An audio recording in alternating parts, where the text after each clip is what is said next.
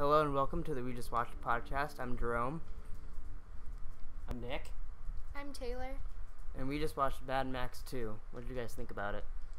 I don't really like it. You didn't like, not at all? A little. I mean, very little. No, actually, watching that one, it's a very dull version of the new one, which, I mean, that's expected. But the new one, like that last full chase, it seemed like a cheap version of like the whole new movie. Probably is the cheap version of the whole movie. The chase part was kind of cool, but the whole movie just doesn't do much for me. It's just not my type of movie at all. Really? Yeah, I just don't. I mean, it's a bunch of dirty people out in the desert trying to find gas. I just don't care. Like, and then they all have like big old monster trucks. Why not get a Prius? It's the future. Well, it's not because when they made the movies, they didn't have Priuses. I know, but like they're using gas guzzlers, and then they're looking for gas. It just doesn't make any sense. I don't know. I just, I don't know. How about you, Taylor? What did you think about it? I didn't like it that much. You didn't like it at all either? Like I have much like Taylor's pick way better than your pick. Really? I mean, nothing against you, but yeah. I think, well, whenever Fury Road comes out on DVD, I want to watch that with you guys. I think you guys will like that one way more, because that's a more modern, like... I think I'd like that one better. There's not as many dull moments in it. Like, it's like, non-stop action in the whole entire movie.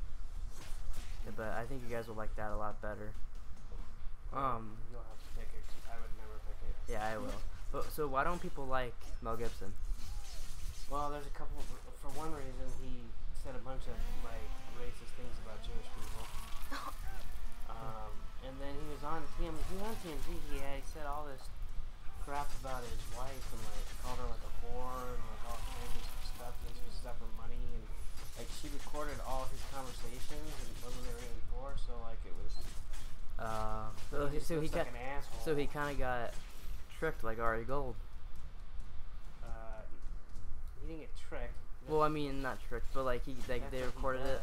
Yeah. Well, yeah, but then Ari yells at all the people, and that lady recorded all his conversations. Yeah, except that it's just, I mean, he didn't get tricked when he said stuff to about the Jewish people. Well, no, I meant just the recording part. Yeah, that's just his wife being, and his wife was a bitch, but like some of the stuff he said was just like really bad. I don't remember specifically. I just remember hearing it and thought, Jesus Christ. I still don't get what people don't like to put in the movies. Cause, I mean, I kind of get that because they don't want to put up some value about the movie, but well, you gotta remember if they're a good actor in the movie. Probably people.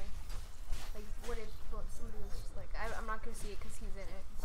Yeah, well, yeah. That's true too. And I mean, you know, when you piss off, when you say things about Jewish people, and then there's a lot of Jewish people in the movie industry. That's true. Yeah. Like, it's just not. Almost smart. every Seth Rogen movie has like 1,000 new Jews in it. Wow. Yeah. Yeah, they do. Here's my question: A, why do you like it? And B, why did you pick 2 instead of 1? Oh, I picked 2 because it summarizes the whole first movie in the beginning. Yeah, you said that, but like that was the worst summary I've ever seen. I mean, the first nothing happens in the first movie except for what they showed right there. It's a whole bunch of nothing until his wife and kid get hit by a motorcycle, and then he goes and kills all the bad guys. And the movie ends like it starts getting really good. He kills all the people, and then all of a sudden it's just credits going. The first movie it's good when you watch because there's like a whole action scene in the beginning, like a whole another chase thing, and then it goes into just about him and his family and stuff, and then that stuff happens. Like it's more than how I explained it, but not much happens. Especially like connected to the second one. Like they're all pretty much different, all 3, and I just like the second one better because it's more like apocalypsy. The weird thing is too, in the third one, there's no car chase scene at all, and that's like Beyond Thunderdome. Yeah. Like it's weird. The third movie, if it continued on how like the first like maybe 45 minutes in, it'd probably be my favorite. But then it goes into him and all the kids, and it just gets really weird. And yeah, the only thing I remember about the third one is it was like super popular, like at its time with like Tina Turner and like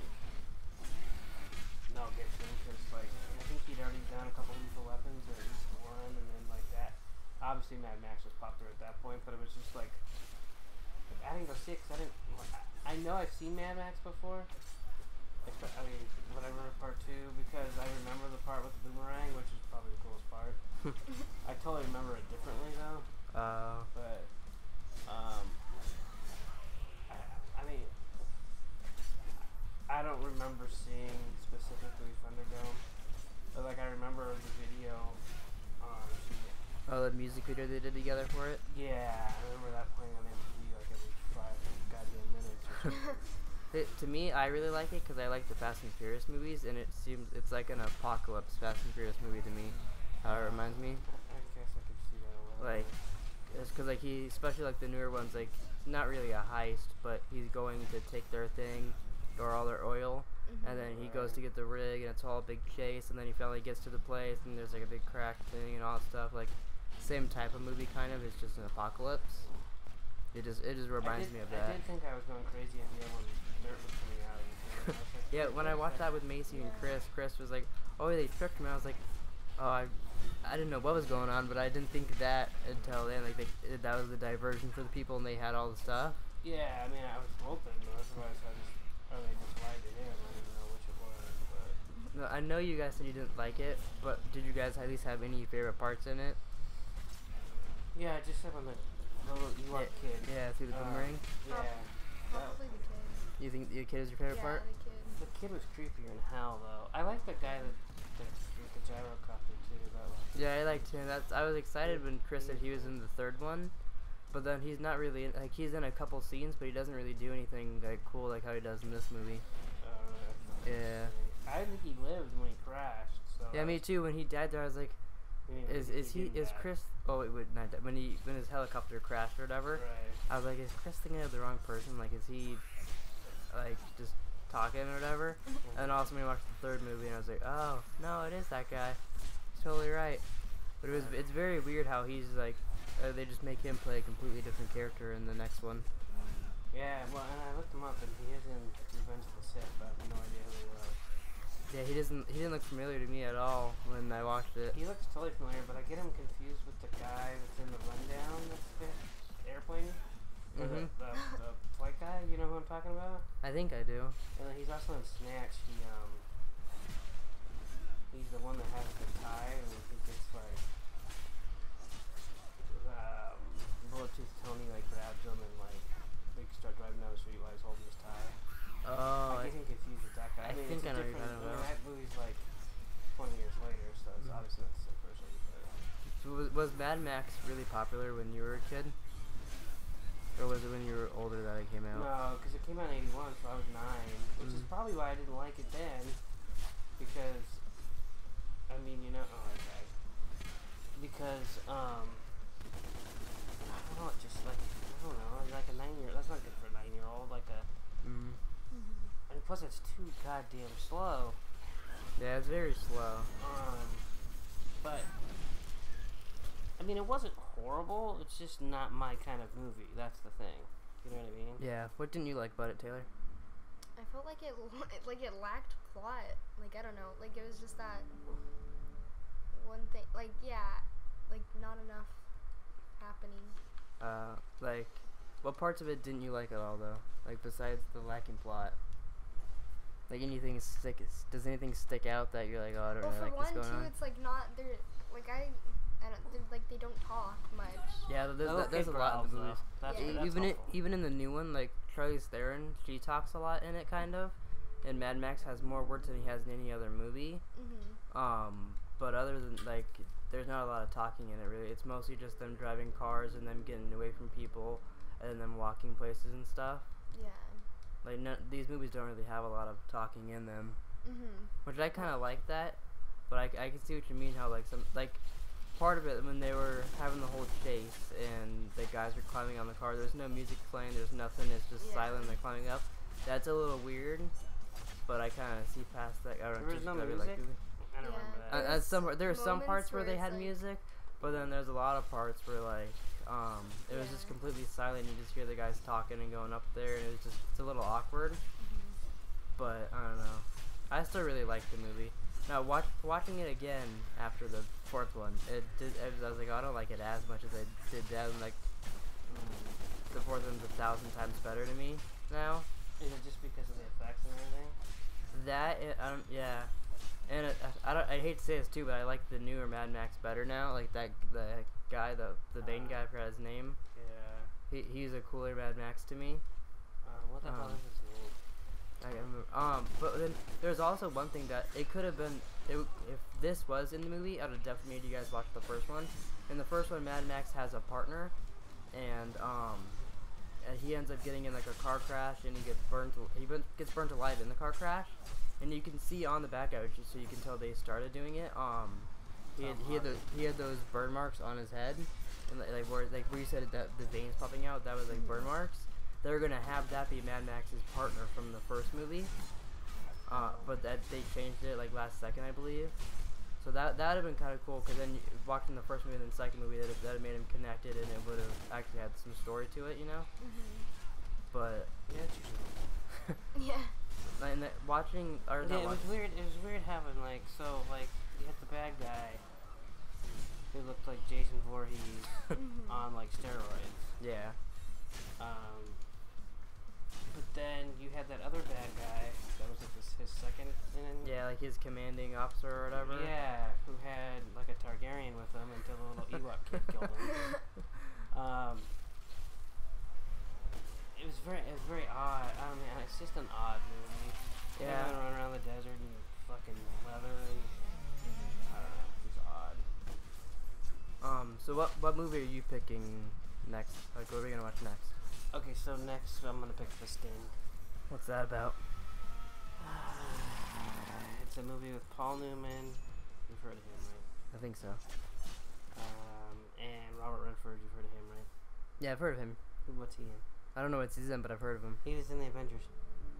He's in the Avengers? No, Captain America. Was it Captain America? Oh, was he the He's the bad guy. kind of bad guy that No, he was. Samuel? Yeah, he was the bad guy. He was Samuel the bad Jackson walked up and took off his eye patch and said something and put his eye in the thingy. But it came out I think in '73, so it's like well, he was a little younger then. Yeah. But he's a hustler. He's a hustler. You know, like he tricks people and is giving them his money and stuff like that. And I don't want to give too much away, but there's like, you know, there's like it involves like horse racing and like poker and like that kind of stuff. It's all and people, you know, getting tricked and stuff. And I don't know. It's like, you know how I listen to Rich Eisen when I drive around after 10 o'clock in the morning. It's one of his favorite movies of all time. Oh wow. A lot of people like Butch Cassidy and Sundance Kid. I'm sure you guys have heard of that. That's Paul Newman and Robert Redford also. They're partners. They're not necessarily partners in this movie,